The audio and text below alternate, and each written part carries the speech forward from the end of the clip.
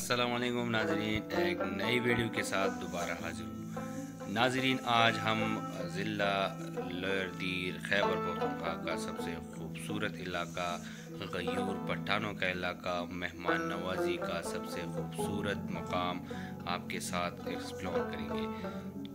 तो वीडियो में बने रहें और अगर चैनल में नए हो तो चैनल को सब्सक्राइब करना मत भूलिए। कमेंट सेक्शन में अपनी कीमती राय ज़रूर दीजिए और हाँ, एक बार लोअर दीर का चक्कर ज़रूर लगाए ताकि आप लोगों को पता लगे कि मेहमान नवाजी क्या होती है और पठानों में वो क्या कहते हैं, जो गैरत होती है और दूसरों को जो प्यार और मोहब्बत देते हैं वो किस तरह होती है। एक बार ज़रूर ट्राई करें।